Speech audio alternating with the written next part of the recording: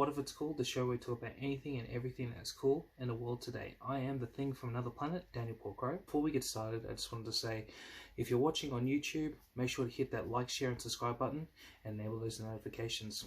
And if you're on Instagram, just make sure you give us a follow. Today I'm doing a review of the latest Aussie sci-fi movie, Occupation Rainfall.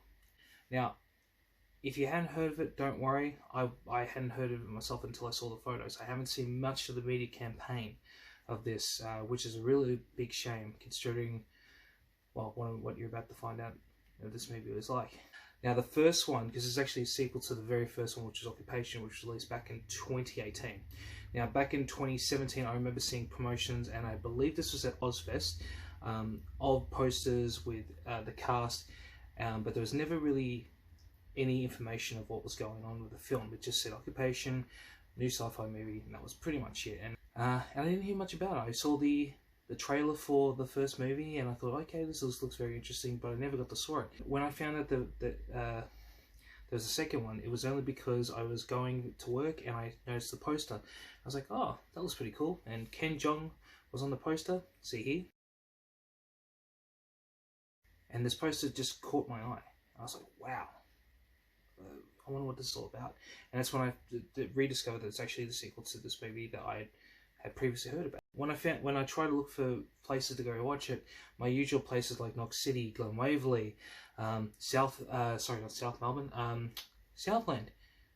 weren't showing it. So I had to go into the Instagram and I had to go into the Facebook page to find out where it was playing. And the only place it was playing that was very close to me was the Daniel Reading Cinemas. And you know, that's really a bit disappointing, because, well, as I said, you're going to understand why I'm doing this review. So let's just go into the story. So the film is set 2 years after the events of the first film, and unfortunately the human race is losing the war. The aliens, which are called the Greys, I'm not sure if they actually have a name, well, a proper name. I might have just got lost in the story, or it's addressed in the first one, but I'm not sure. They're pretty much destroying the Earth. They want to take over the Earth simply because their planet is no more and they don't want to share this planet. In the midst of all this, there's a character called Amelia who is trying to set up a peace treaty with the Greys, with some defectors from the Greys who, you know, are trying to give them intel and also just want peace as well. But the Australian army don't want to have any peace. They just want to eliminate the Greys, and the Greys don't want to share. That's essentially all you really need to know about this movie. There's a lot more subplots and everything that is in it, but that's all you really need to know. There's only one real problem with the movie that I have, and it's just a bit long. It goes for 2 hours and 2 minutes, and the only reason why it was a problem for me, I drank 2 large cups of Pepsi Max, and I was busting for a piss by the time the credits rolled. So that's the only hurdle I had with the movie. There's a lot of good things about this movie, so I'm just going to condense it to maybe 3 points. One of the best things about this is the visual effects and the makeup. This is a very big step for the Australian film industry. It looks almost on par to an American production. The character designs, the costumes, the makeup, everything about this, it's spot on, and it feels so good to see an Australian movie do this. The second part that's good about this movie is the casting. You have Ken Jeong, which is why I wanted to watch it. I like him in pretty much everything he's in. The other people that are in, I'm just going to read off my laptop here. Dan Ewing, I'm going to stuff up his name. Tamura Morrison, the dude from The Mandalorian who played Boba Fett, or in Star Wars universe. Daniel Gales, Lawrence McCory. I'm sorry if I'm stuffing these guys' names up. I just can't do it.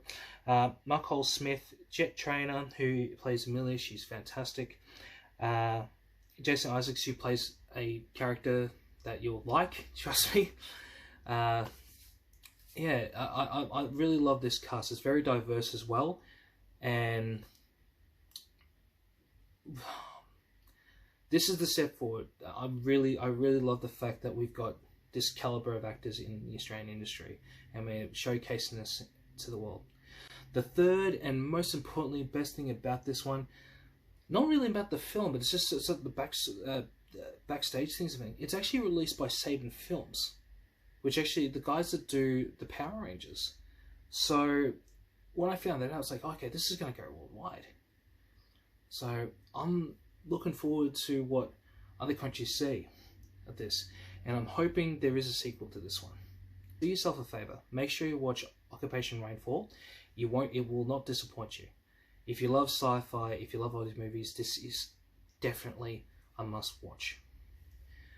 In the description on YouTube, I have put where you can find them on Facebook and on Instagram. On Instagram, if you're watching right now, I have tagged as much as I can into the description here.